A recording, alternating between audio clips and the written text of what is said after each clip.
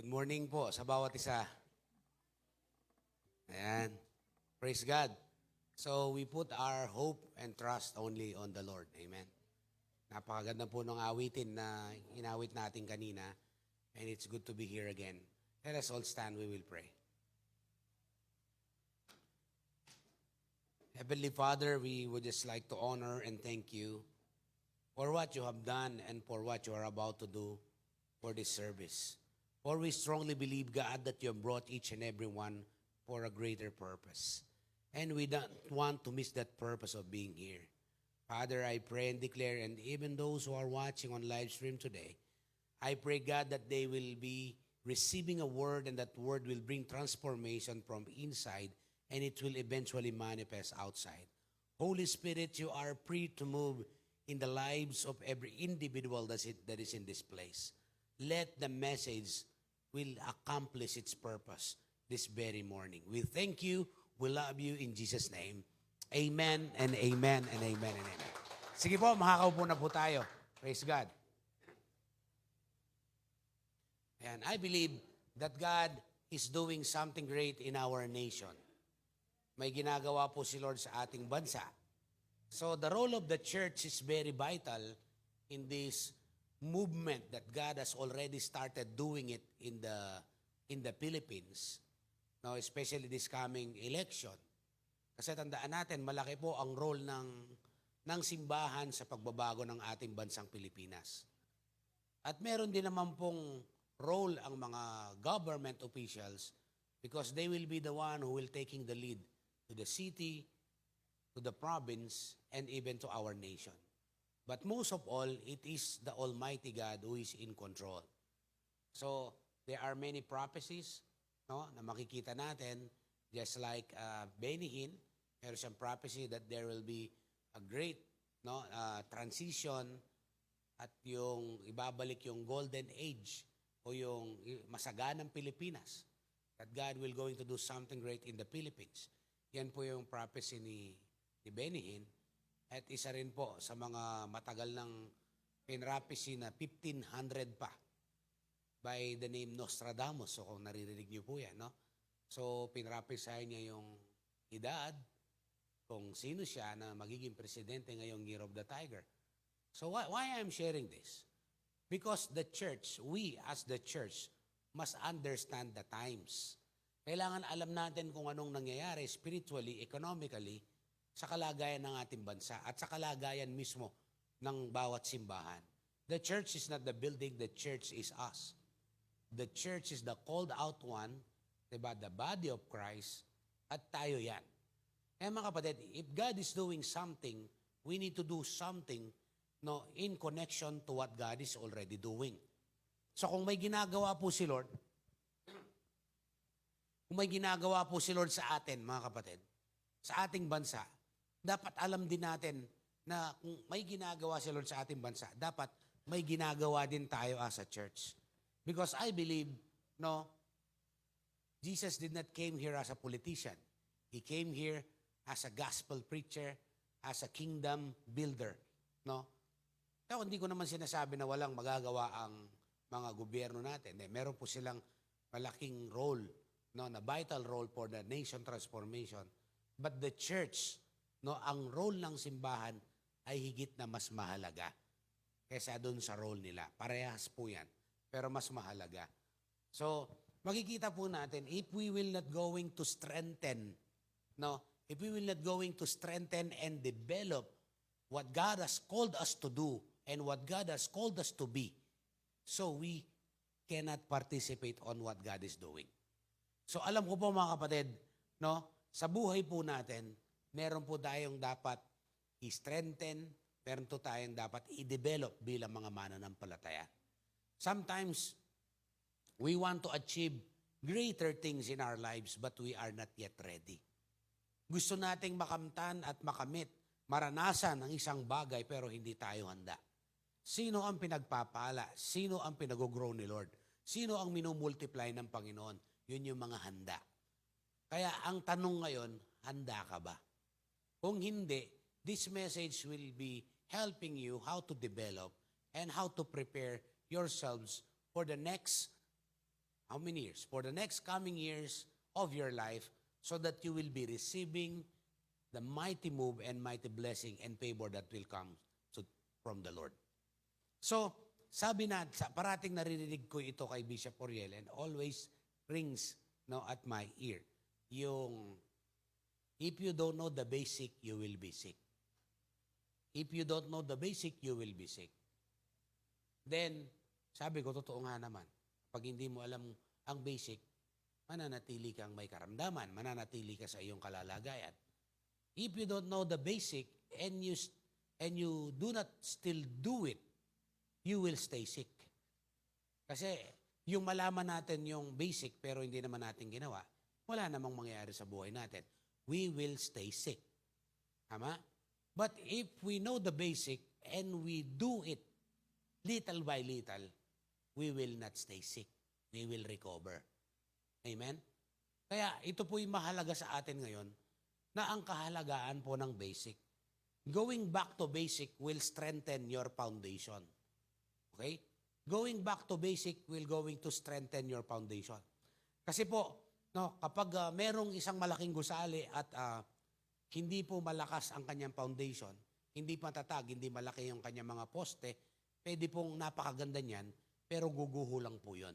Kapag dumating yung matinding lindol o bagyo o baha, I still remember, siguro mga 3 months ago or more than, meron pong kamag-anak yung isang member natin sa church or kapatid niya, sobrang lakas po ng ulan. Ang laki po ng bahay. Pero dahil hindi ganong kalaki at kalalim yung foundation, sa bundok po ito. Bali po yung bale, kinan niya linuklok yung mga niyan. Siguro yung bahay 2 beses na ganito. Ay hanggang doon ito, ganyan. Tapos meron pa sa likod. Itong buong bahay na to, church sa bahay. Konkreto po yan, 2 palapag. Dahil hindi po matatag yung foundation, niluklok yan po mga niya, no? Imbaleaki, may crack yan. So nakaganon po siya. Kasi weak foundation. Kaya sa atin po ngayon, let us evaluate our foundation. Evaluate po natin yung ating kalalagayan ngayon, not for the sake of condemnation, but for the sake ng ating pag-i-improve sa ating buhay pananampalataya. So, going back to basic will going to strengthen our foundation. When things become complicated, always go back to basic. Alam niyo po, nung nag-aaral ako, yan sa Holy Angel, pag sa algebra, sa mathematics, naalala niyo po yung magsosolve ka ng, kung halimbawa, nandito yung bato, tapos binugami yan, makanya niya kabilisan, i-compute mo yon, diba? Tapos, kapag may lito na ka, amo na, nakuha tabiasang mag-plus, nakuha tabiasang mag-multiply, nakuha tabiasang mag-divide. So, babalikan mo ngayon yung basic ng mathematics. Addition, subtraction, multiplication, and division. Kasi kapag hindi mo alam yon, hindi mo masosolve yung complicated na problem ng mathematics. Always go back to the basic. When things get or become complicated, go back to basic.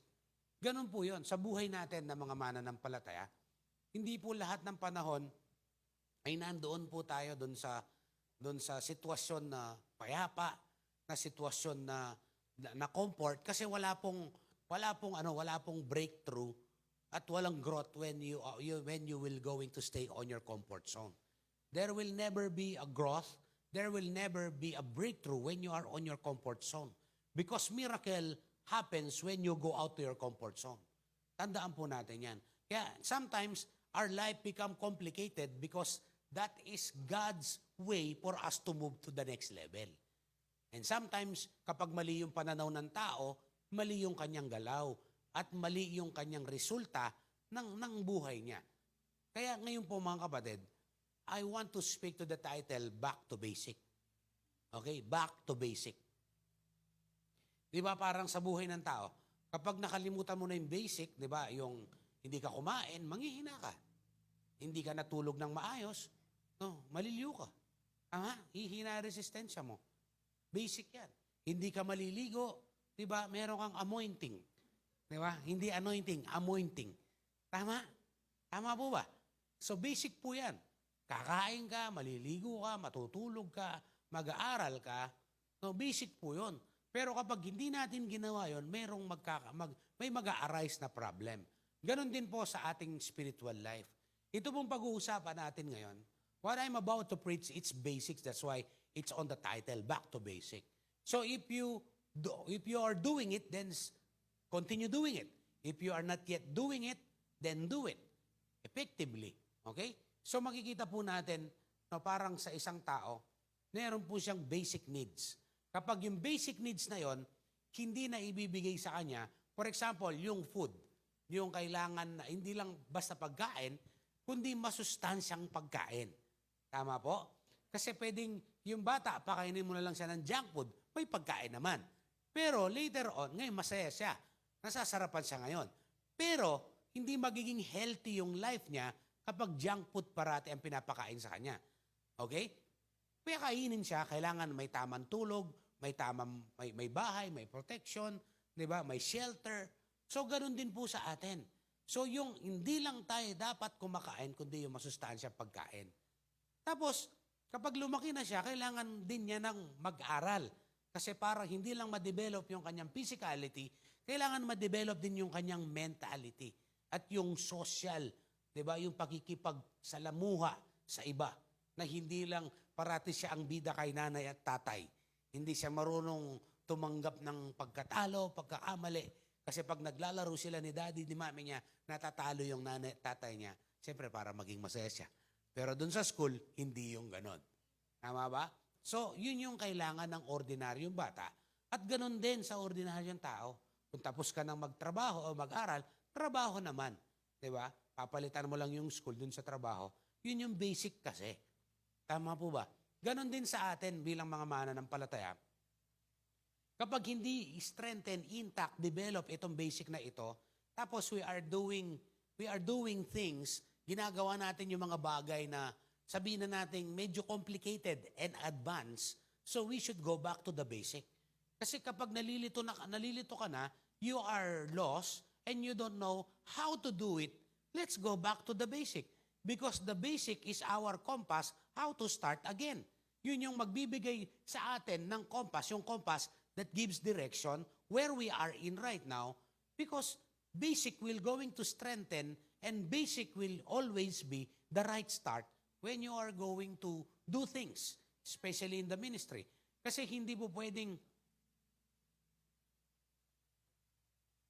thank you, folks. Hindi po pwede yung, yes, we are advanced, but when we forget the basic, we will be sick. And still not doing about it, we will stay sick. So hanggat buhay ka pa, sabi nga, may pag-asa pa. Kaya I believe the message is very vital to each and every one. I already preached this sa ating church sa Baguio, no, kasi God is speaking to me that we must go back to the basic.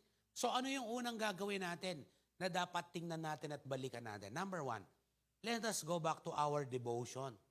Devotional or Bible reading with journal. Okay? Yung pagdi-devotion po natin, yung pagbabasa po natin ng salita ng Diyos. Hindi lang po tayo magbabasa, magsusulat po tayo. Anong book, anong chapter, anong verse, at saka yung take away na meron tayo. Tandaan natin, no, kung halimbawa kami ni Nian, hindi kami kakain ng isang araw, siguro kung nakapasting kami, kakayanin namin. Pero kung dahil walang pagkain, may panumbukan na rin dahil anaconda, kaya kami nga tiyan. Diba? Malyari, diba? So, tapos, kinabukasan, maranap na ka na naman. Ala na naman pamangan. Siguro, Alungaldo, pag-survive kami kasi dakal keda nung katawan Diba? Mumura na sabi, diba? Nengkay, gang nakang kalusog. Nengkay, diba? So, di ba? So, yun, ang ibig ko sabihin, no, mga kapatid, we cannot function. You cannot function very well if you did not eat. Kung hindi natin i-strengthen yung ating physical na katawan. Di ba? Halimbawa, si Carlo, di ba? Yan, hindi pwedeng hindi kumain yan. Di ba? Kung mangalgalya, pwedeng manyaksak tayo, di ba? Dapat mga ba, di ba? Oh. So, imaginein mo yun. So, how many years O how many days na kaya mo na hindi kumain at hindi uminom ng tubig? At mahirap yon. Magpa-fasting tayo, di ba? Pero, Pastor, makanano ito, manulo ko. Di ba? So, kasi ganun kahalaga yun dapat, meron kang pagkain talaga. So, how much more sa ating spiritual life? Yung spiritual nourishment natin comes from the Word of God. This is our daily dose na hindi natin dapat titigilan. Aliba, isang may kalagnat ka o may kasakit ka, paano oras din panulo mo? Kasi pwedeng mag-miss.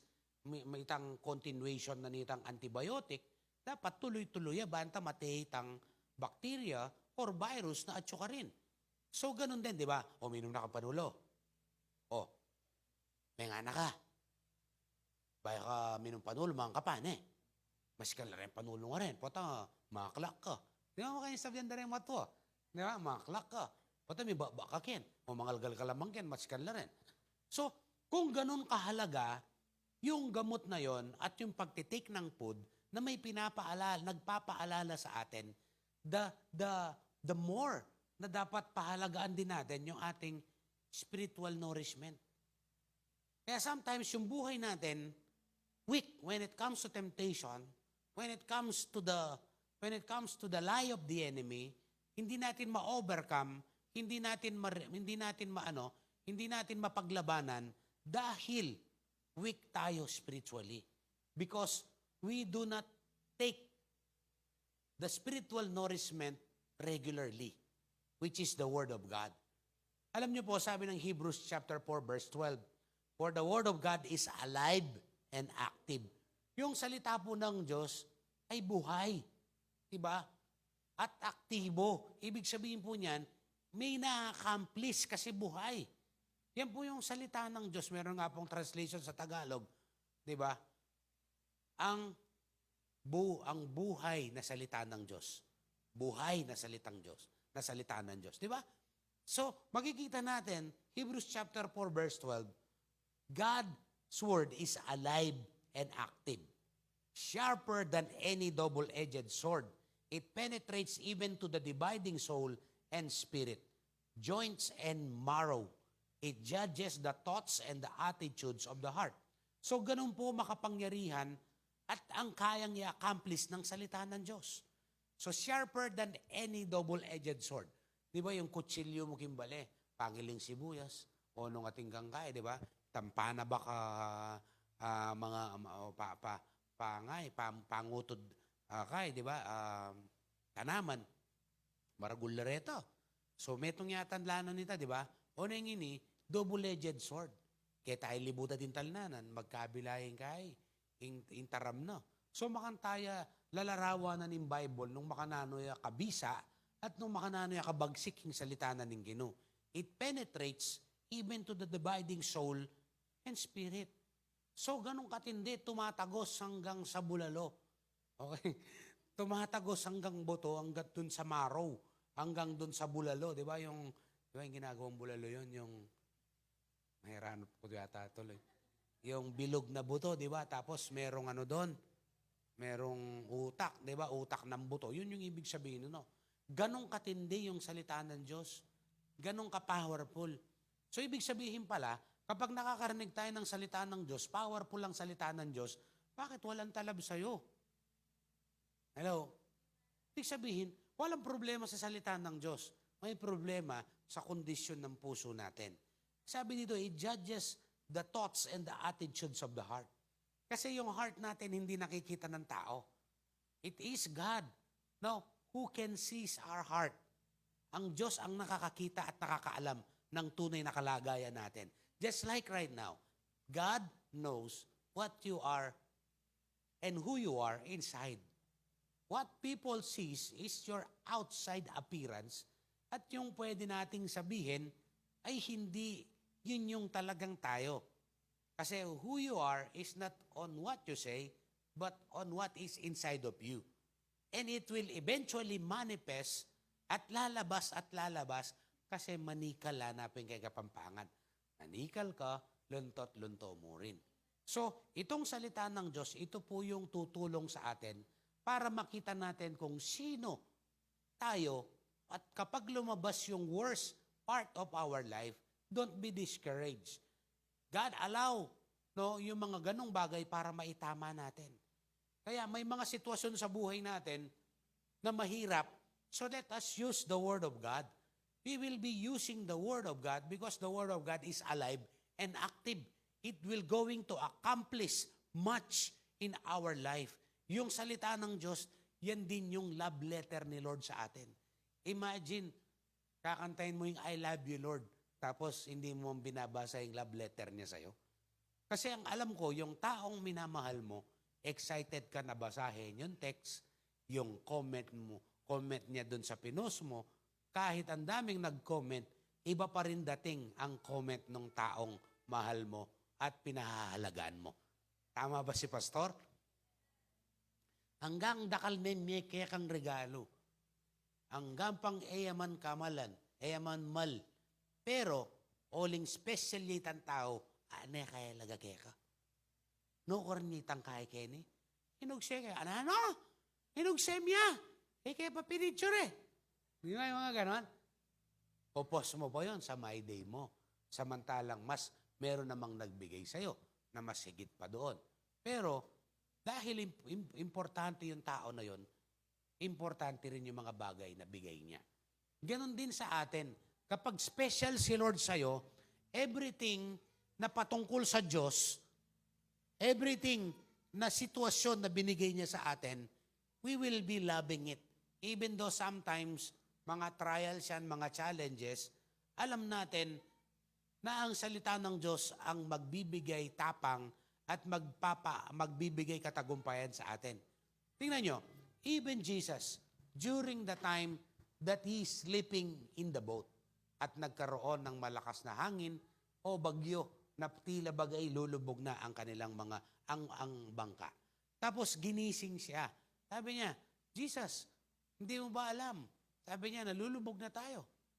Tapos, hindi naman sinabi ni Jesus, makanyang pala, lulubog tamo, lulubindan mo. O te ako kinangwan timba, ampong tabo, sana pengwain dan, winug sa'yo.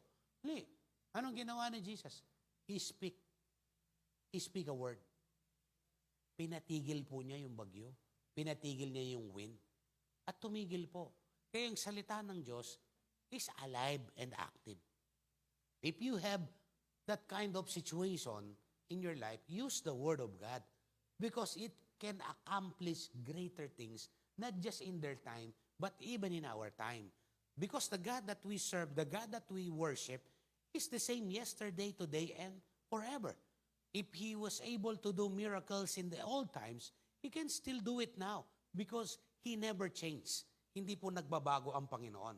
Tapos, in some part and some phases na gusto kong i-share sa atin ngayon, part pa rin ng pagdi-devotion natin, for our spiritual nourishment. Kasi kahit anong ipagawa at gawin ni Lord sa buhay natin, at gusto nating gawin, if we do not have the spiritual strength, spiritual nourishment, hindi mo magagawa. Hanggang desire lang tayo. Hanggang gusto mo lang. Pero hindi mo ma-achieve at hindi mo magagawa kasi wala tayong spiritual foundation na magiging basihan ng tungtungan ng lahat ng ating gagawin. Amen? So sabi po ng 2 Timothy chapter 3, verse 16 to 17, all scriptures is God's breath, and it's useful for teaching, rebuking, correcting, and training in righteousness, so that the servant of God may be thoroughly equipped for every good work. So this is very clear. All scriptures are God's breath. Hiningahan sila. Yung breath po dito, it is the Spirit of God, the ruach. Na yan po yung sinabi sa Genesis. Hiningan sila. Hiningan yung unang ginawa ng Diyos. Diba? That is the breath of God. Sabi ng iba, ot mamasa akong Bible, ot panolang kayong Bible, gawa yan tao yan. Diba? Pailoko kayo, gawa yan tao yan. Ha? Kasi po tao yung mamasa, kaya tao yan po yung ginamit na ning Ginoo para manyulat. Ngayon po, nung manok yung mamasa, palagi ako manok yung sinulat. Diba? Bala mo yung sulat mo, kalkal manok, diba? So, ganun nga mo po ka-basic. Tao la, pero they are inspired by the Holy Spirit. Diba? In-inspired ng Holy Spirit and they are guided by the Holy Spirit when they are writing the manuscript or the scriptures that has been put in the Bible. Kaya makikita po natin, God's breath po yan. At dahil God's breath po yan, useful po yan. Sabihin natin, useful. So kung useful pala yan, so dapat ginagamit natin. If there are arsenal or if there are things that you have, for example, kay arsenal, no? Sa labanan, diba, kung meron kang Armalite, meron kang disabog, meron kang tangke, kapag labanan, kapag hindi mo ginamit yan, useless. Diba? So, ganun din sa atin. The Word of God is useful. Diba? So, use it properly. Sometimes, kaya hindi siya nagiging useful, hindi na-accomplish kasi we use it out of context. Halimbawa, masakit ka dyan, sinabi mo kin doktor, di ba, malilyo kuwam. O syempre, dinana kang panulong liyo. Eh naman panulo sakit at dyan. Di ba? So ngayon, magtaka ko, ko kakayap. Di ba? Eh makalano, maliing kaya kang sinabi. Maliya pa nga gamit, itang panulo, na inom mo, alwa na manulwa na itang sakit mo. So ganun din. The Word of God never loses its power, but when it's used out of context, hindi mo ma-experience at hindi mo mararanasan. Sometimes it is just the grace of God and because of the faith of the person, that's why it's happening. It's taking place. Kasi yung kapag wrong kapag mali, alam ba, microphone na to, ang use nito to amplify the words that I'm speaking, nalalabas ito, nakakonect sa mixer, at yung speaker ang maglalabas ng boses. Kaya may nakumuboses kanyan, pero daramdaman nyo. So the very purpose of this is to amplify. Meron pong speaker ito na maliit doon, yun yung voice coil kung tawagin. So ngayon, kapag ito, no, ginamit ko sa mali, bawa, masasabon to katalinapi kay mangulo, pikpok kay makanya, tanggal yakin. Masira ya. Kasi naman pamukpukin Halimbawa, ay pwede yung pangmasang tinapi ata ini Kumakanya niya, kakasmot na. So, ba't masabi yung tinapi? Diba? So, siguro pwede naman, kaya lang, alway tayong use na, masira ya. So, ganun din. The Word of God has its specific and proper use and context na para pag ginamit natin yun yung powerful talaga na magmamanifest yun.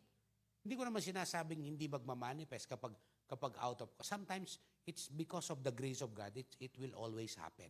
Okay? Hindi dahil dun sa galing natin at abilidad na meron po tayo. Useful siya saan? Sa teaching. Kaya po ngayon, bakit tayo nagtuturo? Kasi para malaman natin kung ano yung tama at kung ano yung dapat nating gawin at hindi natin dapat gawin. Tapos ano pa? Rebuking. Sino po ang gusto ng rebuke? Wala nang makiburiking rebuke, di ba? So, pero yan po yung word ni Lord. Sometimes, pag magbabasa tayo ng Bible, meron tayong sitwasyon. And as we read the Word of God will rebuke us. Sometimes, nag-devotion na tayo, hindi pa tayo tinablan ng rebuke ng devotion natin, ipapadala niya yung pastor, ipapadala niya sa leader mo, or yung mapapanood mo, or yung preaching, yun yung gagamitin ni Lord para i-rebuke tayo. Useful siya. Amen? Pwede mo bang sabihin sa katabi mo, rebukein mo ko. Ayan, di ba? Ayan, di ba? Sige. O tayo po sabi, Ayan, sabi mo, rebukein mo ko. Ayan, di ba? Aba, when you rebuke person, use the Word of God. Aluay tang waka mo, di ba? Ating basihan, yung Word ni Lord. Tapos ano pa? Correcting. Kasi hindi tayo matututo pag di tayo magpapakorek. Accepting correction is part of our growing up. Diba? Bega, kaya mo na kaning boss mo. Isto na man yung boss mo. May kaya ka pa, diba? Ating kamuring Aldo. Talaga, darating naman ang araw bukas Diba? Lahat naman tayo. Ano naman si Lord patas naman si Lord. Nagpapaulan at nagpapasikat ng araw para sa lahat. Tapos training. No, yung pong pagtitrain sa atin, kasama po yan and we use the Word of God on our training. Kasi training is our preparation for elevation. Kapag gusto mong i-elevate ka ni Lord sa iyong spirituality, sa iyong paglilingkod sa Diyos, kailangan mo ng training. Kahit sa kumpanya, kapag ipopromote ka, kailangan mong pagdaanan at i-train yung sarili mo para dun sa next level na responsibility o privilege na ibibigay ng kumpanya. Ganon din. Diba? Training, dapat kasama po tayo. Ay, matuwa na ako kasi pastor. Ako naging makanyan. Sabi mo naman, pastor, anak ko pa kasi. Diba? Ngayon kaya na balong Lord na anong pakiba na kaya kaya. Anak ka, may kabisa. Matuwa ka, nakabisa. Otang atsuwa kayong middle age mo, mag-obra pa, pastor. Diba? Balo mo naman lak pambali, balo mo naman lak pambisak pa mo saling kotse, bisak pa mo ang kaing mga, siyempre may kaya na ako, kailangan ko magsta. Wow, totoo naman yan. Kaya lang, yung training kasi natin, hindi lang yung para sa church yung, kundi para sa'yo yun. As you grow, diba, it will help you to have a different perspective of what you are about to experience now and in the future. Kaya yung training, pampaad ng value sa buhay yan. Hindi punishment number 1, punishment number 2, punishment number 3. Diba? Imbis na School of Leaders 1, punishment na, diba? Yung tingin. Diba? Life class nga, diba?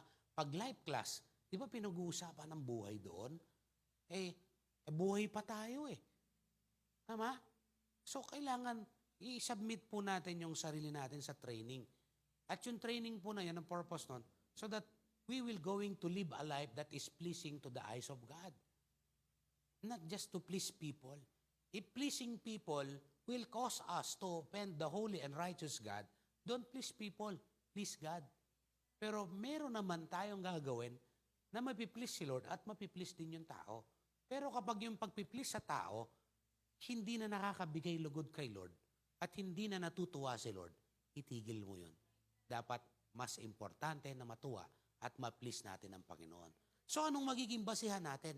Yung salita ng Diyos. Hindi yung salita nino pa man, kundi kung ano yung sinasabi ng Panginoon. For everything written in the past was written to teach us.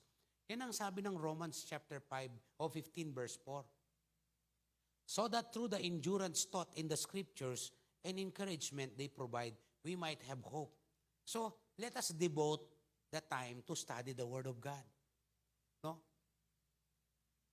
Lalo na rin, ita mo, di ba, mag-grow mo, may kaanak ka. Datanging time na may kaapo ka. So, kailangan natin na mag-devote ng time. Huwag muna natin silang isipin. Isipin muna natin yung para sa ating sarili. Mali naman kasi yung pag nag-devotion ka, ay potang miki keng kaya, pinini, para kaya ini. Di ba yung mga ganon? Mali yung mindset na yon. Di ba? Pag nag-devotion ka, nakarinig ka ng salita ng Diyos, sayang alay kay. Di ba? Hindi. The word that you have heard, no, para sa atin yon. Kasi tayong nandito ngayon eh. Ikaw na nandyan sa live stream, binibigay ni Lord sa ito because this is for you. This is for to all of us. Ay makikita natin, maglaan tayo ng panahon para magbasa at magsulat ng mga pangungusap ng Diyos sa atin. Napakahalaga po niyan. Kasi kahit anong gusto mo, bakit kaya ako mag-grow? Bakit kaya ako maging effective? Bakit kaya ako maka-accomplish greater things keng life ko? Kasi kung weak ang spirituality natin, yun yung pinaka-foundation. Walang second floor kapag weak yung first floor. Di ba? At hindi mo na pwedeng dagdagan yung first floor kapag mahina ang foundation. Are you listening? So makanano tamo mag-grow nung itang foundation tamo weak ya. Yapin yung basic na pamangawang bale na biometal akadim bale pag-umpisan may palalam. Tama?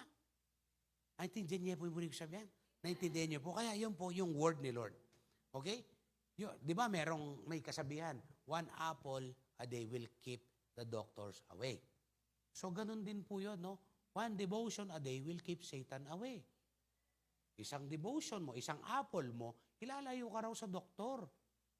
So isang devotion, ilalayo ka niya sa demonyo o sa gawa ng kaaway. No? Na para magtagumpay. Your devotion will lead you to God's direction. Kasi sa buhay natin, may mga desisyon tayo na dapat o meron tayong tahakin na hindi tayo tiyak. Pero ang salita ng Diyos ang magbibigay at tutulong para maging tiyak tayo sa direksyon na gagawin natin. Your devotion determine your ability to understand God's plan for your life. Ulitin ko po yun, no? Your devotion determine your ability to understand God's plan for your life.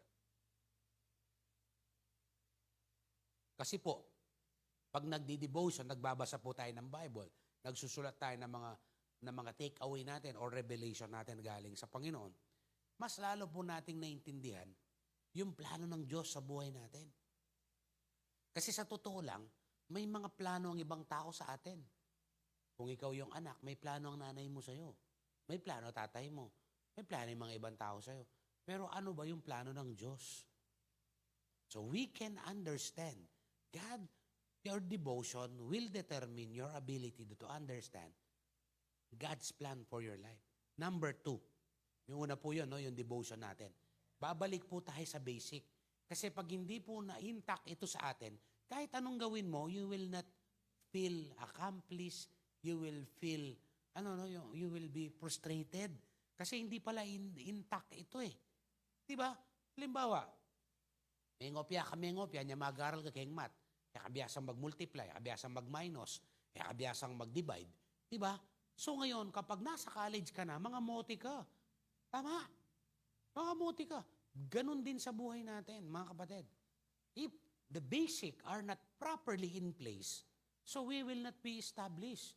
We cannot establish our spirituality and we cannot move.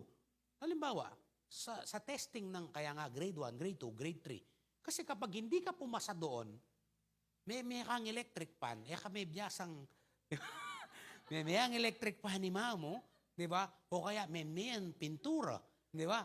O may ang blackboard, di ba? O, ma'am, nano rin kailangan kayong classroom tam. Malam mapalin eh. Pilang pong electric fan yung biyata. O, kaya yung grade mo eh. Di ba? 74 yan mo. Katumbas na may itong electric fan. Banta maging 80 yan, di ba? Umisang ganon din sa ating spirituality. Hindi mo po pwedeng ganon. Kasi bakit? Siguro yung grades o yung pwede mong madoktor hanapin, di ba? Kaya ka man may garal doktor, pero yung spirituality natin, hindi natin pwedeng ganunin. Kasi hindi natin makakayanan yung mga bagay na pagdadaanan natin kapag hindi na-develop ito. Kaya sometimes makikita ninyo, ang tagal na sa church, nag-backslide pa, nawala pa. Kasi itong basic hindi na-strengthen sa buhay ng isang individual. Kaya pansinin mo, ako believe ko kayong tao ngayon, hanggang nampegdaanan na pero manatili pa rin. Muli na sabihin itong basic, maka-intact kaya. Kaya hanggang pang nanong bagyo, hanggang pang nanong problema, hanggang pang nanong challenge o dilubyon datang kaya, manatili ita kasi intact. Itang basic at tsuya kayo eh. Sige, palapakan tayo po, Lord. And no wonder why, detang kasabi mo mga tombala, kasi intact, in basic. Malamang, medyo maka-intact, makadikit niyang nasiyanapin, kaya kang kaya. At least, kaya rin nanini, awan lam pala, spiritual nourishment, daily, di ba? Okay, pangalawa, prayer and fasting. Basic po ito. Kasi kahit ano pong gawin natin, kung itong mga basic na ito, hindi natin ginagawa, balang araw po, magsasawa ka at titigil ka sa ginagawa mo. Kasi hindi ito yung intact eh. Kasi lahat po ng gagawin natin, next, ay connected dito. Kasi in everything that you do, alam niyo po sa church natin, I have seen the power of God through prayer. That's why true vine value prayer. The reason why we pray, because we believe God answers prayer. The reason why we pray, because we believe in the power of prayer. Kaya po tayo nananalangin dahil naniniwala tayo sa kapangyarihan ng panalangin at naniniwala tayo na tumutugon si Lord sa panalangin. Yung, alam niyo po, meron po tayong morning moments with God. Daily po yun. Mga magsi-600 days na po yata yun. So, ilang years na po, no? So, I believe God has brought that revelation kay Pastora Jeanette po kasi yun eh. Yung morning moments. Ako naman, ayaw kong gumaya lang. Kasi maraming nag-start ng prayer nung pandemic. Ay, ayaw kong gumaya lang. Di ba yung, pero masanting naman nung pakiapusan mo istuya. Di ba? At agawa may isto. Banta istuya naman ang resulta. And then, nag-pray ako. Sabi ko, Lord, gagawin ba namin to? O, siyempre, yung asawa, sabi nga ni Bishop, yung pangalawang Holy Spirit yan, di ba? Yung mga, teta pa mag-pray, teka mag-pray, yan eh. Ganun ba yung asawa mo, yung mag-pray, makanya, pag-pray mo na ikaya, teka mag-pray. Makanya po sabi ako niya mo muna. Di ba? Ganun sinasabi ko. Teta mag-pray, sige, umpisan mo na ako. Tika, ikaw pastor, Makanya po sabi na, ikaw pastor. Ikan din niya ng word Lord, may gawa na ako na. Uneng kay Rugo, talagang mag-pray naman. Kay, uneng, balama lang, kaya balong pride tao na, Pero, sabi ko, sige, naiti ka tangaduan, ha? O sige, Pero ikaw pang mag-lead, Unang gawin mo. Ikaw mag-word, kung mag-pray ka rin pre-request, lampo mo rin kami. Bakit? Sabi kong bala mo rin kami. Makarap ka keng cellphone. Yung cellphone mo ko, ito libiyaging makanya, no? Yan. Kay, the Lord will going to bless you, mga. Kaya na yan yung pulmero, naman makayang mag-comment, Big sabihan ko rin primary, mag-comment na ko man, bata ba? Baluming at kayo. Wala mo. Diba? Kaya niya mag-comment na lang, kaya share yun naman, banta. Nung mabibless kayo. Opo, Diba? May revive kami. I-share yung kayong wall you. Huwag kayong share. Makanya niyang may bus ng trubay na angiles. Deta palang kamagana akong magtindang manok. Detang David. Di ba? Makiramdam la pala. Okay ba? Detang aliwang kapatira. Kaya ba't? Makanyan mo naman keng Macau, keng Hong Kong. So, ang pupakini dati makiabe kayo, di ba? So, ngayon, sabi ko karela niyan, tuloy-tuloy na. Siguro may 3 months. Masaya pala. May naanang migising kang, siyempre alas 5 Migising kang alas 4. No, kasalangsungan mong matutod ko, imigising ka. Kaya akong sinet. Kasi siyempre, rin babae, mga ila pambuak na ang manyok lela, makanya magsamasan la. Diba? Pero, magising alas 4 ako. Gising mo ko ito mga 4:45. Kahit tumawad ko pa, 4:50. Kasi ako, diba, manimo ko, makanya. Tas kaya mo ako, makanya. Tas, mag-jacket na ako. Diba? Okay, no? Hanggang maka-short ka, hanggang makapuruntong kami na, man makaltola alam ang gayakin, di ba? So, ganun po yun. Hanggang sa, marami pong pinapagaling si Lord dun sa morning prayer. Ang daming mga na-revive. Kasi pala yung mga time na yun, daming nag-backslide. So, nakita ko, simulan natin personal. Kasi, minsan, matindi kang mag-pray po ang corporate. Hallelujah! Sharabakika! Puwata nga ka balik. Pero po ang corporate. Amen! Hallelujah! Tapos, pero kapag personal mo, wala. Kaya parang nangyayari ngayon, parang performance level. Hindi, unahin natin yung prayer personal. Kaulitan, manalangin tam. Bawa yung sabi ng pastor, mag-pray tamo na personal. Diba? Diba, makaba ka prayer. Yung asawang di, makuya dya prayer. Di ka kakuyan mo manala. Pabren me. Diba? Nung ka talagang makaba kang mag-pray, di ka bukas kang mag-pray.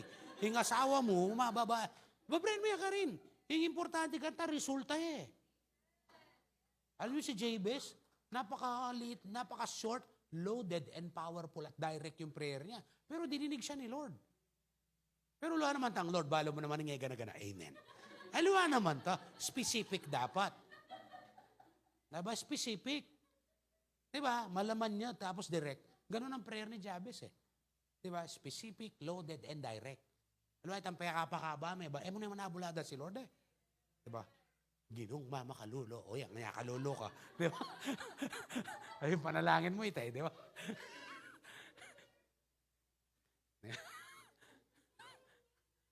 Buri po, ang ibig sabihin po nun, yung maawain. Yan naman, mama kalulo niya, kalulo. Magpatula ako, umupo, okay? Okay. Ayan. So yun, kapag matindi yung personal prayer mo, kasi kapatid, habang nagpe-pray ka, parang, parang sinacharge mo yung sarili mo in the spirit. No, sinacharge mo yung sarili mo in the spirit. kahit napakatindi ng potential mo, kung kulang ka sa prayer, di lalabas yan. Kaya pasinin mo, di ba? Ang talino mo, ang galing mo, napaka-abilidad mo. O tinaluluwal. O din tawa ka, daka na ako ito, yako yung kakakit. Kulang ka prayer, brads. Kulang ka prayer, kapatid.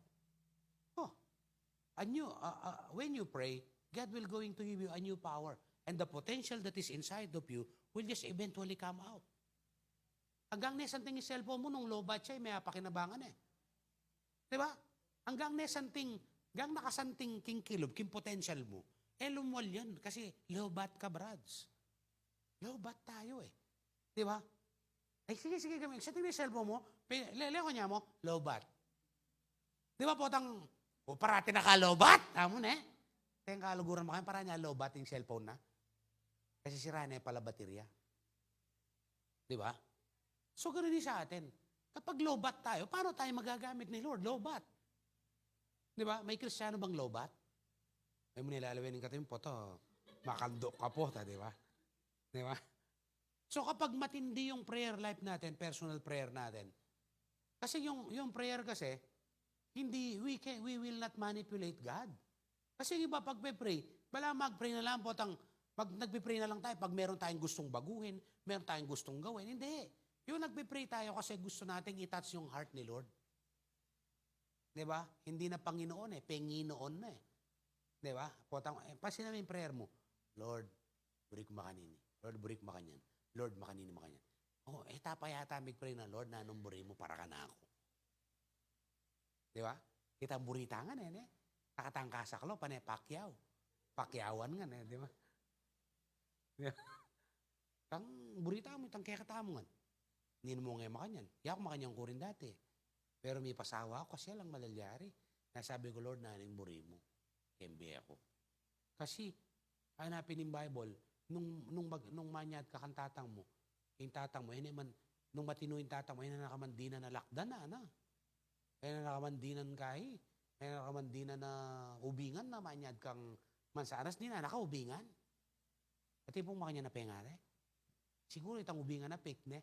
Gano'n diba? Tama? So yan po yung prayer, napakahalaga po niyan. Tapos yung team prayer, ibalik po natin. Yung personal, una po yan personal. Kasi pwedeng, tara mag-pray tayo mo. Potang ikayo na pero potang ikanandi, lalawa yung prayer mo. Tama? Personal. Tapos, sa mga cell group, sa mga life group, ibalik po yung prayer. Diba? A church that prays together, stay together. A family that prays together, diba? Will become stronger. So after po ng personal prayer, dalhin nyo po sa cell group yung prayer. Cell group muna. Tapos saka nyo dalhin sa corporate. Tingnan ko lang kung walang matinding revival. Kasi lahat po ng pinagsimulan ng revival, nagsimula sa prayer. Kaya pag bumalik na po ang prayer, at saka may word kay Lord, doon po magsisimula ang revival. Yung revival, hindi mangyayari yan kapag wala to. At revival will start within. Ayan po personal prayer, ito po yung pagkakasunod-sunod niya. Tapos, sa cell group or sa life group, yan po yung isa sa mga ibaba po natin. Personal mo muna bilang cell leader, bilang cell member. Tapos, sa cell group mo, dalin mo yan. Tapos, as a church. Hindi yung church kaagad, hindi. Ano muna, personal.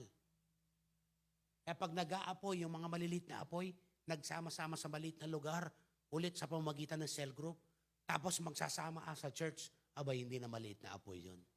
Amen? Kaya ito po mga kapatid, even Jesus, sabi ni Jesus sa Matthew 26:41, watch and pray so that you will not fall into temptation. Then the spirit is willing, but the flesh is weak.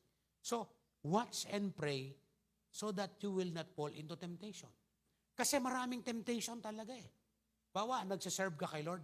Ang temptation dyan, yung opportunity to serve the Lord. At saka yung opportunity to earn money. Yun ang dyan, yun ang temptation.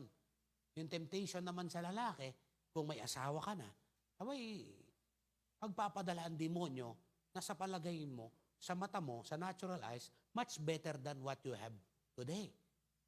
Diba? So yun yung pwedeng temptation. Pero sa mga kabataan naman, ang temptation ngayon, social media. Instead of devotion, maglaro na lang sila. Di ba? Sa mga nanay at tatay naman, di ba? Instead na mag-devotion, maglaban na lang. Magluto na lang. Sa mga nagtatrabaho naman, instead of mag-church, magnegosyo pa, mag-overtime. Ganon din sa mga nagdinegosyo. So yan yung temptation sa atin. Kaya sabi dito, watch and pray. Ibig sabihin, tingnan natin, i-discern natin ang sitwasyon. Watch. Hindi lang tayo basta nagpe-pray, kundi watch. Ibig sabihin, discern our situation. Discern the atmosphere. Diba? Kaya pag nagpe-pray tayo, we need to ask the Holy Spirit guidance when we pray.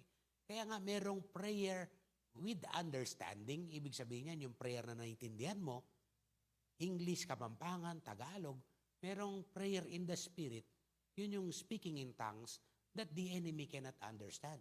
Because that is our spiritual language. Kaya tingnan nyo dito, no? Watch and pray so that you will not fall into temptation. Kasi lahat tayo, may bitagang kaaway para tayo mapatibong, para tayo madapa, para tayo mawala sa calling ng Lord sa atin. Pero when we pray, no, when we watch, we will be discerning. And it's not just about discernment, but we will be overcoming those temptation and offer na ibinibigay ng kaaway para ma-distract tayo, para ma-deceive tayo. Tandaan nyo to ha, mga young professional, mga nagninegosyo, mga magulang, o lahat po na nandirito ngayon, hindi lahat ng opportunity ginagrab. Kaya ang sabi dito, watch and pray. Kasi kapag yung opportunity na yan, ilalayo ka sa Diyos, maliwanag yan, hindi yan galing sa Diyos. Kasi yung favor o yung opportunity na galing kay Lord, ilalapit ka lalo sa Panginoon. Diba? Hindi ka ilalayo. Sometimes, kailangan lang nating isaayos yung ating mga schedules para maging maayos ang lahat. Maging sa ating finances, sa ating pamilya, ganun din sa ating spiritualidad. No? Tandaan natin, yung prayer is a two-way communication. Sometimes, meron tayong baling konsepto sa panalangin. We do the talking and then leave. Sasalita na tayo, magsasalita, aalis na tayo. Mali. Yung prayer, two-way yan. After we talk, listen. God will going to speak to you. Ganun po yun. Isa kasi pag nagpe-pray tayo, hindi na quality. Diba? Parang, okay Lord, hallelujah, salamat Lord. Thank you Jesus. Diba? Hindi. Maglaan ka talaga ng time para mag-pray. Sabi ng Bible, potang mag-pray ka, saraming pasbul. Diba? Tsaka ka mag-pray. Uri na sabihan, ito yung privacy ng prayer.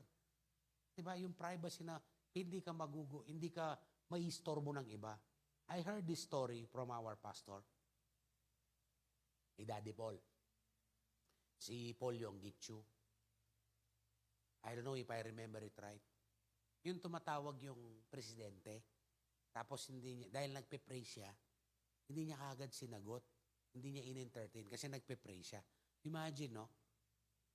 Tinatawagan ng presidente. Diba? O ikaw, sana kaning bantay bayan, mag-pray ka, tuknang ka eh. Diba? Yung presidente na yun, ha?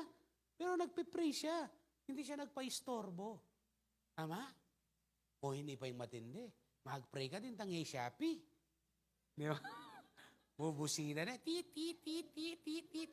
Bok, bok, bok. Katok, katok, katok, katok. Diba yung mga ganyan? Mag-pray ka kanya. Diba? Unang ita Shopee mo, excited mo na yung iso ka din cellphone mo. Po, tamaliyo, diba? Ito po, pwede mo na suldit ang inuman tang pampapaya mo, po ba itang girdel mong panyakal king bilbil. Diba yung mga kanya? Diba? So,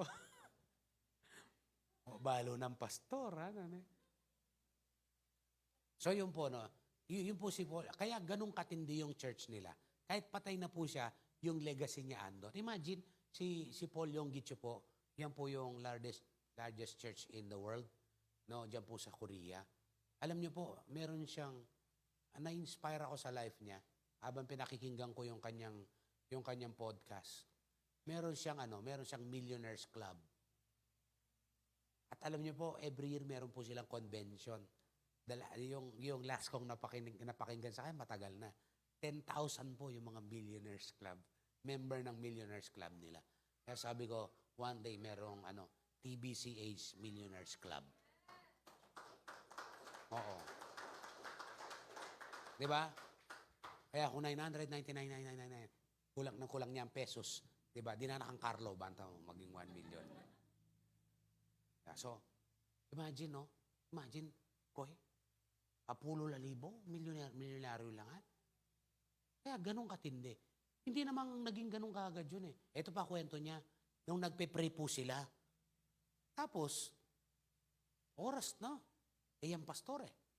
Kemuha na rin yung katuhang ginising na yung katuhang Paul, diba? Yung gitsyon eh. Paul. Paul, oras na.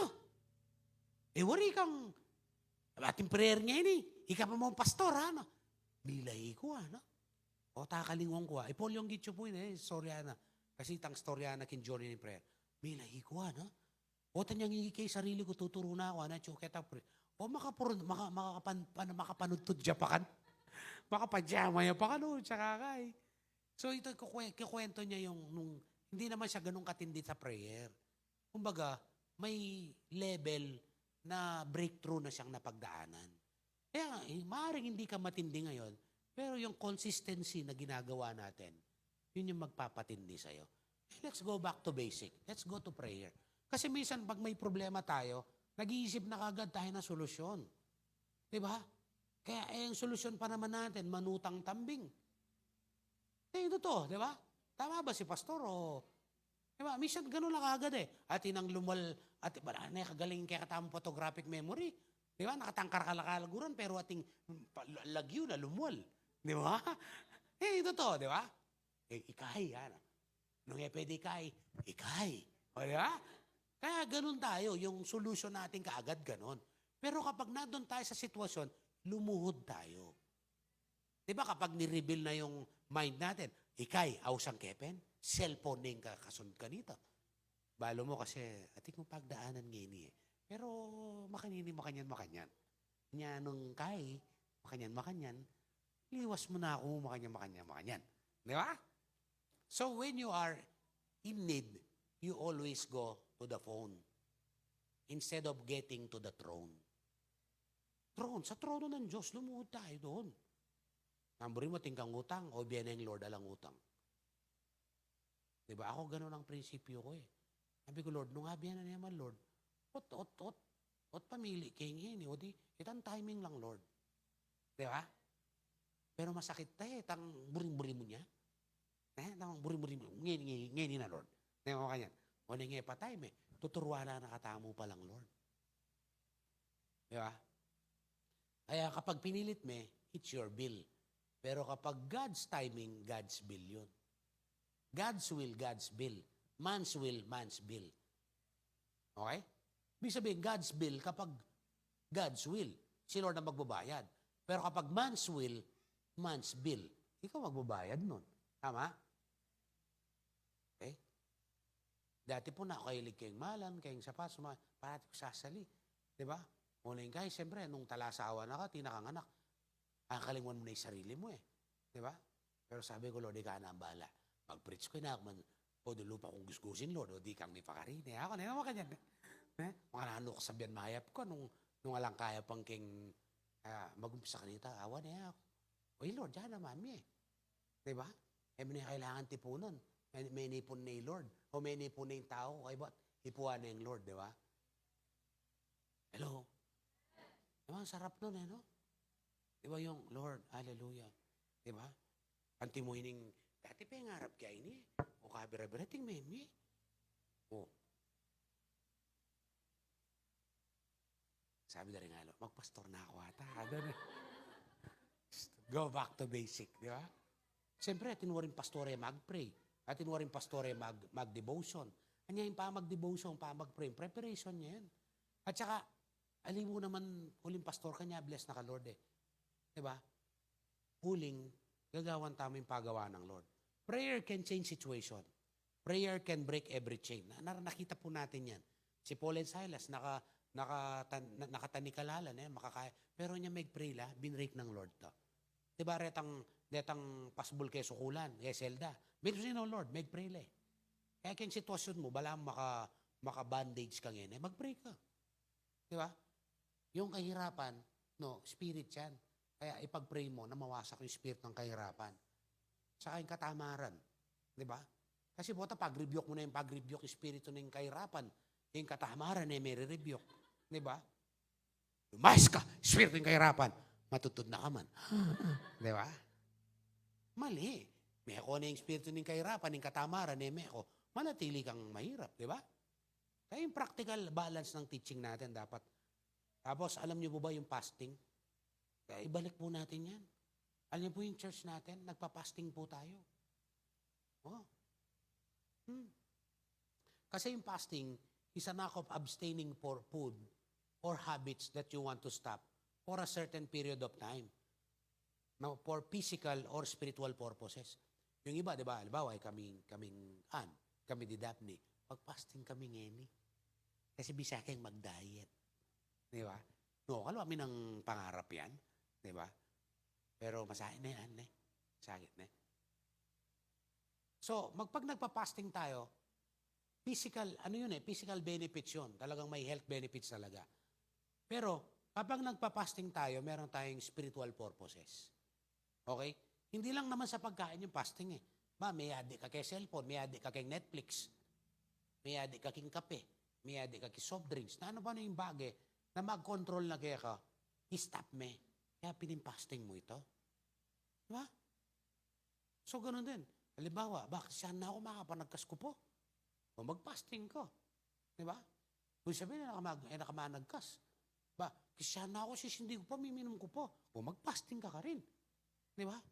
Ba, kasi saan na ako tumakanini. O, i-fasting mo ngayon yan. Diba? Hindi. Kasi ang natatak sa atin yung yung pagkain Kasi diba, may Daniel's fasting, vegetables lang, at saka tubig.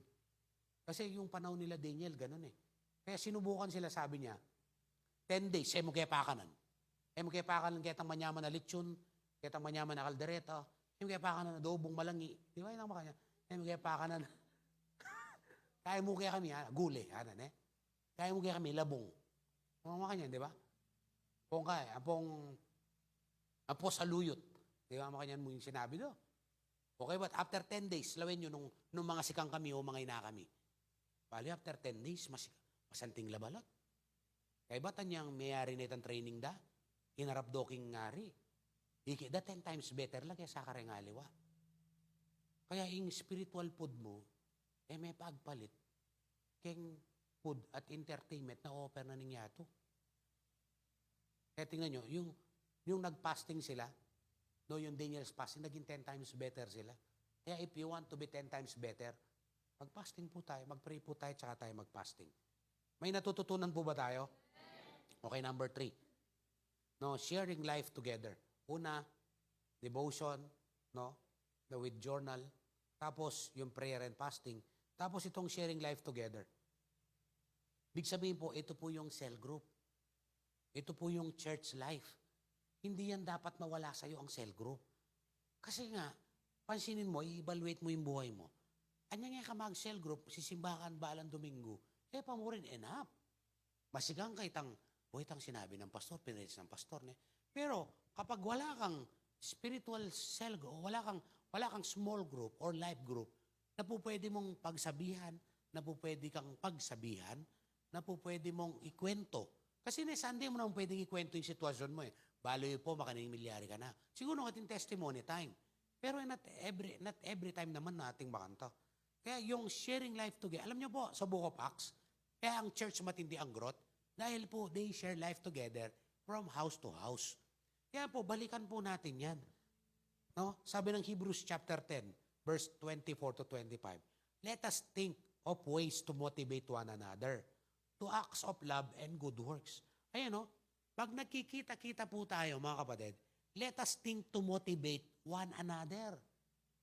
Ibig sabihin, pag nagkita tayo sa cell, ang isang purpose yan is to motivate one another. Sabi pa nga dyan, sa NLT kasi ito, let us think. So bago ka pa umattend ng cell group, Mag-isip ka na paano makakamotivate. Hindi yung pag nag-cell group ka, di ba, malungkot kang dumating, mas malungkot ka niyang meko ko. Hindi. Pag umaten ka ng cell group, malungkot ka, lalabas ka ng masaya, at lalabas kang motivated. Kaya bawat cell group natin ngayon, dapat masisigla. Hindi pang MMK. Balo mo, kapatid. Tapos meron kayong first timer. Di ba? Hey, ko ka problema da bala rin tao nga rin eh. Di ba?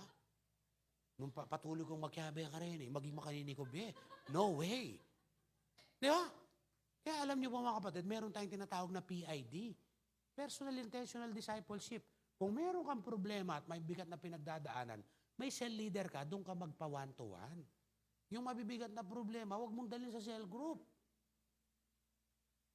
Kaya pala kanyan mo naman ka na ako. Sabi ko na nga, problematic la rin eh, di ba? Nakbisa. Kaya susunod ka, text, sunduan mo po. Ang kakakinggit na nakapaluban. Pasabi na pong makuwalayo. Natuloy. Di ba? Ayun na, dapat po, when we share life together, sa cell group po yan, saka sa church. Amen? Pero sa cell group, kaya bigwa kanina, sa devotion pa lang, pag nagdi-devotion pa lang, ikinokorek ka na nilo, nire-review ka na nilo. Pag di ka makakuha sa personal, abay may ipapadala si Lord. Si pastor, si pastora, si leader mo. Okay, may natutunan po ba tayo? Yan ang sabi po dyan, sa Acts chapter 2, verse 42, they devoted themselves to apostles' teaching and the fellowship. Alam niyo po, pinag-aralan ko yung Book of Acts, ba't sila lumalago? Alam niyo po kung bakit? Yung cell group. At alam niyo po bakit malago cell group nila? Bakit dumadami sila? Nakikita ng, alibaw, dito cell group, no? Nakikita ng kapitbahay nila, ang saya-saya nila. Tapos, may pagkain sila. Kaya nga, lumaki yung cell group sa Book of Acts, tapos meron yung love sa kanila. They enjoy being together. Alalang, nung ating mga luwad cell group, kung magpag-cell group kayo, walang ganon. Masaya sila. Yung love at joy, nakikita ng mga tao, kaya lumalaki sila. At saka minimit yung mga needs ng mga tao sa cell group. Pansinin mo yan, di ba? Kapag ganyan sa cell group, ka maging excited. Maging excited kaya. Alim mo, uling pe, utangan ako. Di ba? Ay, malagul ka utang alog kay cell leader ko kasi pe, param na. Di ba? Uling po tang alakang pamayad, maglaho na ka. Di ba? Anya kay cell group, ako magpautang. Mamaya na kayo mo. Kailangan niya 500. At ika 500, o balang propeta yun. Di ba? Nung magkano yung pera mo kayong bulsa, balo na eh. Di ba? Di ba? Kailangan ko 500 lang kapatid. Diyos ko, ikinakwata. Ngayon, nung pwede mo kong paraman. Ngayon, nung dakal ka sobra, masacrifice yung pangangailangan ng pamilya mo, yung kapamayad mong kay. Nung interest ka, Lord, beme. Pero mo na ipautang nan. Kasi po tangye may kapamayad, naipaltoke ako. Diba? O kaya, makanini. Ating kung 500 kayo ngayon, may karugan niya. Hida ka to. Pero yun mo na yung utang yan. Kaya ka na yan. Diba? At least, Mickey, kayong mga niya na alway tang potang kaya marinay ng datang kasi at niyang utang kaya. Diba? Kaya ba't, pwede naman pala manutang kaya sa El Grupo niya. Diba? Pota pala may pagkukwento kaya kayo nga niyang utang. Niya, alaan eh. Diba? Alaan eh. I think dyan yung sabihan ko. Kaya yung mautang nan. Kasi tang sharing life together, helping one another. Kasi method, sopang kanta. Mapang sopan di na may ngobre. Sopa may magobra. Sopa may magnegosyo. Ito. Mas mayapita, mas masanding ito. Kaya ba't otalay kay? O makanano pala, kayo nga, siyempre sasalikod na eh. Napapaligiran nyo na siya. Di ba? Kaya bisitahan niya pa, beya kayo. Aruso ko, sigilandan ako. Di ba? Karakaldang manyangel. Pero aliwa naman ito po, aliwa naman ito yung isip mo. Muri mo balik may church. Pero huling niya, yung gawa na may guilty. Kaya sopan talo. Kaya di nang tala obra, di nang tala opportunity para you share life together. Tama? May moody di na nasa nanapin, di na may pamadwas. Baya manasan. Okay? At yung tapong nga babalo. Number 4, bibilisan ko na lang. Life of evangelism. Alam niyo po kapag nawala ang evangelism, no, sa loob ng cell group, hindi ho magiging masigla ang cell group. Wala kayong pamilya. Diba? Butang ating mibabay, tayanak masayala. Hanggang deng mikatuangan, na mikasundo, mikasundule. Hanggang deng mibalay ngay mikasundo, butang lumulim panganaya po, ay Diyos ko ne. Ding kalupa no. Siyempre, ninupa mo. Pero nung emuki nga po ko, di ba? Yung gano'n, di ba? So, minsan, hindi mo mawawala yung mga ganong klase sa cell group or sa church. Pero kapag may mga bago, kasi yung bagong spiritual, yung mga bagong invites, wala ka ng panahon sa pagtatalo. Wala na kang panahon kay chismis. Sesen mo niya itang anak mo.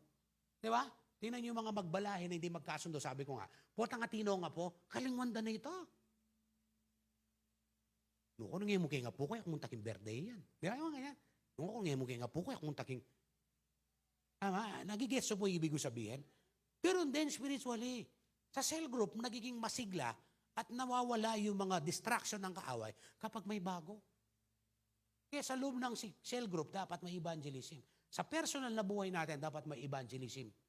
Kaya nga, life winning people is just the overflow of our love for God. Kapag mahal natin si Lord, hindi tayo mahirapang mag-evangelize. Tsaka kapag tayo'y binago ni Lord, na bago kwento ng buhay natin, may kwenta ang kwento natin. Kasi yung kinakwento natin, hindi naman yung buhay ng iba Hindi yung buhay natin na binago ni Lord. Kaya tandaan natin, ito sabi ng 2 Peter 3:9, sabi niya, the Lord is not slow in keeping His promise, as some understand slowness. Instead, He is patient with you, not wanting anyone to perish, but everyone to come to repentance. So yan ang gusto ni Lord. No, yung that none should perish. Must come to repentance.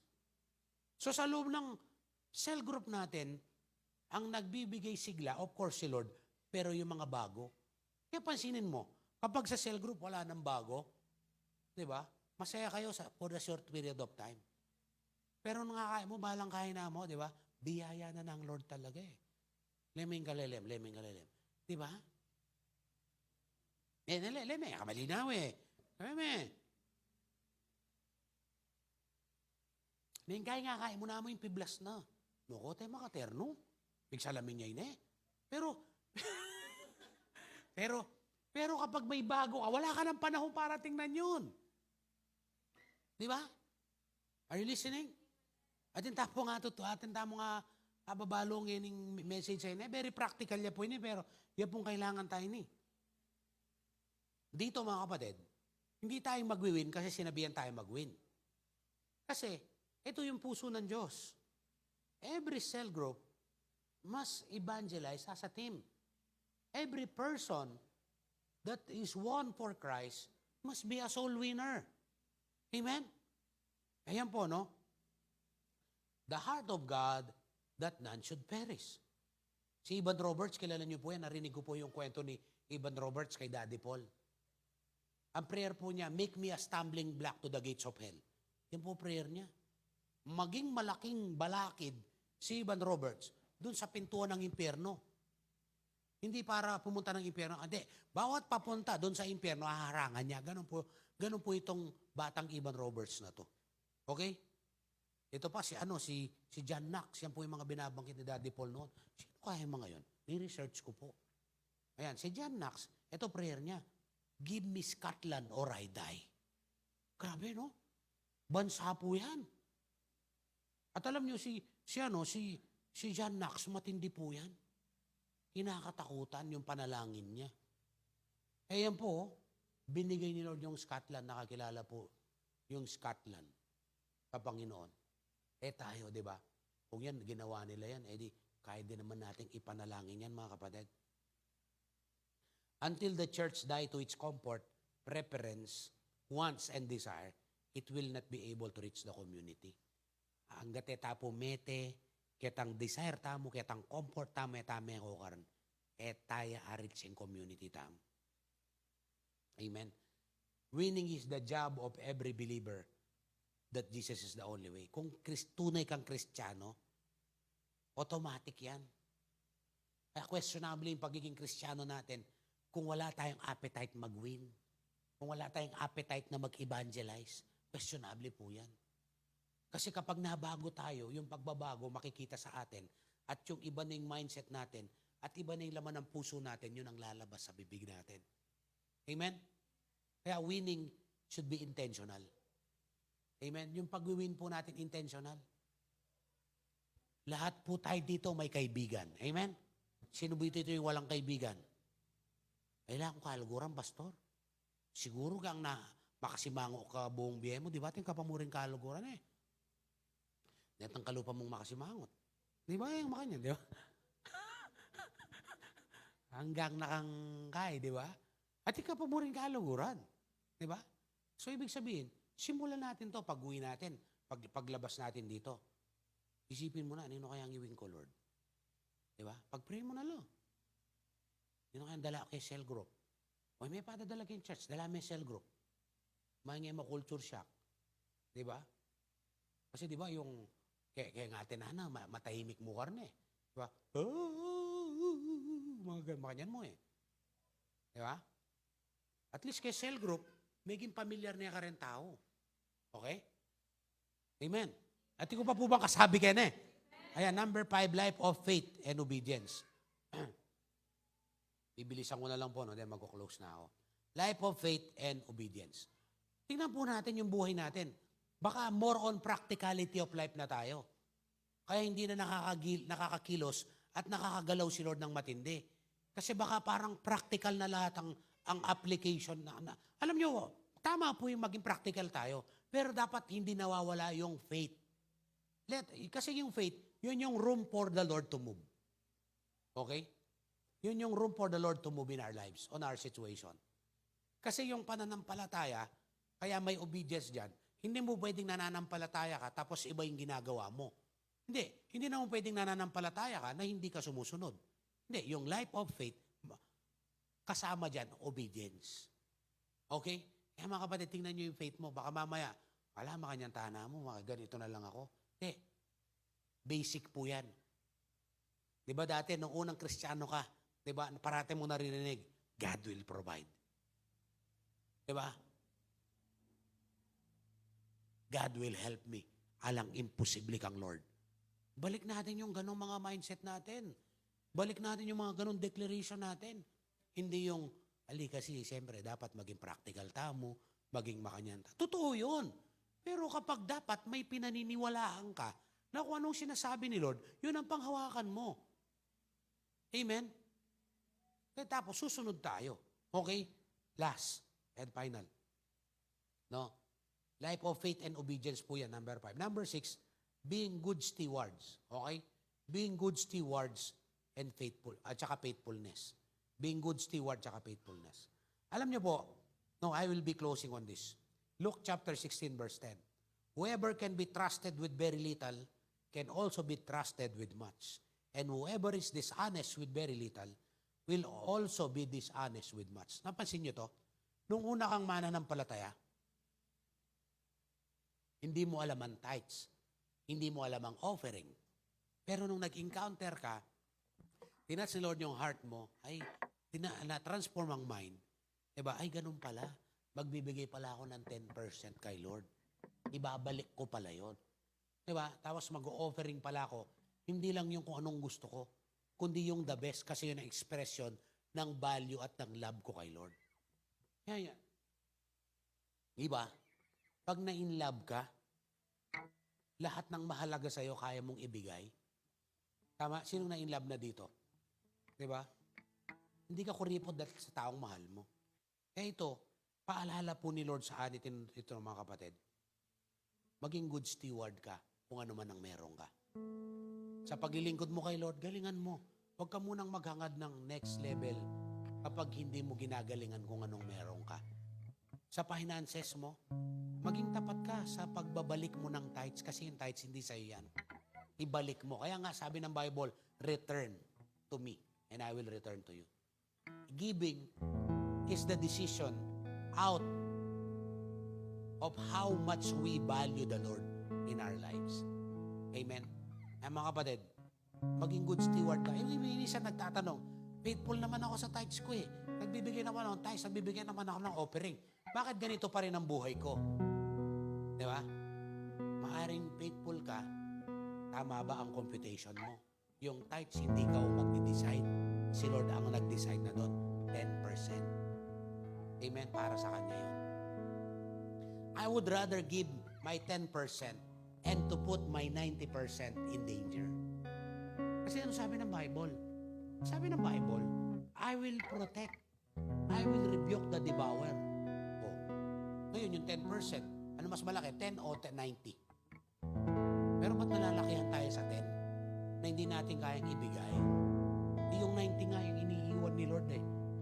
Kung ikaw kaya ang Diyos, hindi, ikaw, halimbawa, ikaw ang Diyos, baka piliin mo 90 kaya ka eh. Hindi, totoo, di ba? Let's be practical. Sa kalagayan natin ngayon, kung ikaw ang Diyos, ikaw ang lahat ng bigay eh. 10% mo kaya ka ha? Kaya lang si Lord hindi. Sa Kanya 10% lang. 90 sa atin. Balikan ko yung tanong, bakit kaya baptize na ako, mag-offering na ako, ano tayo akong mamasenso? Baka ang problema mo, hindi ka good steward. Baka ngayon may pera ka, inuubusin mo lang. Hindi ka nag-save. Wala kang money management ability. Kaya hindi ka asenso. Huwag mo sisihin si Lord kasi yun nga yun ay stewardship nga yun eh. Hindi lang yung stewardship yung nag-tithes ka, nag-offering ka, nagtanim ka, kasama yun. Pero yung the ability to manage your resources, kasama po yun. Amen? Tsaka yung pagiging faithful. Alam niyo, mga dalaga, makinig kayo, mga binata na nandito, kung makakapanood nito, maghanap kayo na mapapangasawa niyo yung faithful. Una kay Lord. Kapag faithful kay Lord yan, magiging faithful sa iyo yan. Automatic yun. Walang ano yan, walang halong pagdududa. Ay mga kapatid, I believe we need to go back to basic. Let's do our devotion. Magsulat ka ng iyong revelation. Amen? Tapos, mag-pray po tayo, bumalik po tayo sa prayer. Bumalik po tayo sa fasting. Huwag mong tingnan niya na torture. Okay? Bumalik po tayo sa mga training. No? Bumalik po tayo sa cell group. Enjoy po natin yung cell group natin. Kahit napaka-busy ng sitwasyon, napaka-busy ng panahon natin, magbigay pa rin po tayo ng panahon. Amen? Amen po ba? Kasi kung pagod ka na sa trabaho, marami ka nang ginagawa, yun yung pampasaya ng buhay mo. Cell group. Sharing life together. Amen? Kaya dapat mag-cell group, pinaghahandaan. Amen? Date nyo yun together. Tapos yung Sunday service, itabla mo kapag may Sunday service. Itabla mo lahat. Sunday service ngayon. Di ba? Muntata mo kay church. Muntata mo kang Lord. Di ba? At ibang mga kanaking Bible na family day. Ha? Sabihan na, aling Sunday kasi family day yan, pastor. I'm not against it. Maganda yun, pamilya. That's our first ministry. Pero God's day, ate.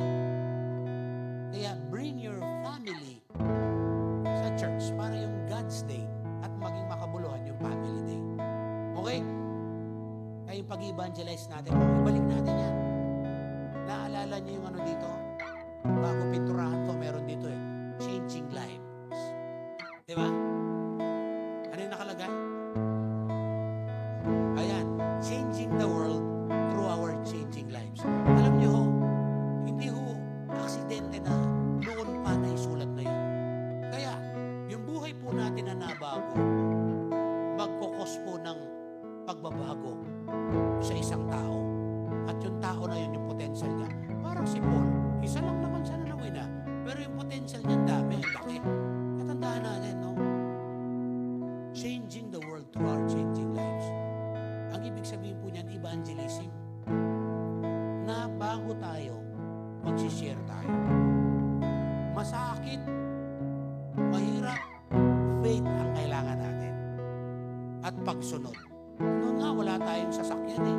Noon nga, hindi aircon to eh. Noon nga, hindi kapag ganun ka-aseso buhay natin, nakakapag-mission pa tayo sa iba-ibang lugar eh.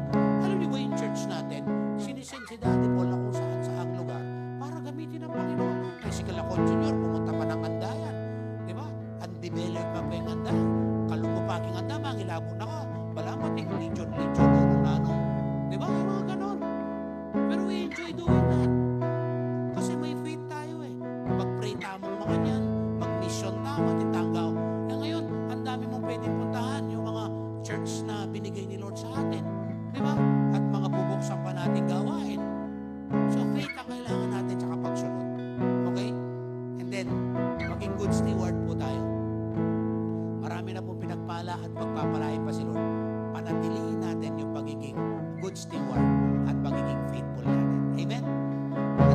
kapatid, let's go back to basic. Amen? Bumalik po tayo sa basic. Let us all stand. Lord, maraming salamat po sa umagang ito sa iyong salita. Naniniwala po ako, Panginoon, na kapag kami babalik dun sa basic, Lord, uunlad ang antas ng aming pananampalataya. Kami hindi lang uunlad, kundi kami magiging matatag. At kami, Panginoon, ay makakatugon dun sa iyong panawagan sa aming kapanahonan. Maaring nung una, kami ay yung ginagamit na. Kami natigil dahil nagkaroon ng sitwasyon na nagpahina ng aming kalooban. Subalit sa oras na ito, sa pamamagitan ng mensahe na kailangan kaming bumalik sa mga pangunahin, bagay na importante na hindi namin dapat ipagliban, isang tabi sa aming mga buhay, kundi ito'y aming dapat gawin na pasimula muli, na bumalik dito po sa simula, na pangunahin na kailangan ng bawat isa sa amin, na kami magbasa ng salita mo, kami, Panginoon, ay manalangin at magkayuno, kami, Panginoon, ay bumalik doon sa pagsishare ng aming mga buhay sa pamamagitan ng cell group, sa pamamagitan, Panginoon, ng pagsisimba, at sa pamamagitan ng mga training, Panginoon, na inilalaan mo sa amin para kami hubugin at ihanda sa mas mataas na level ng aming paglilingkod sa inyo.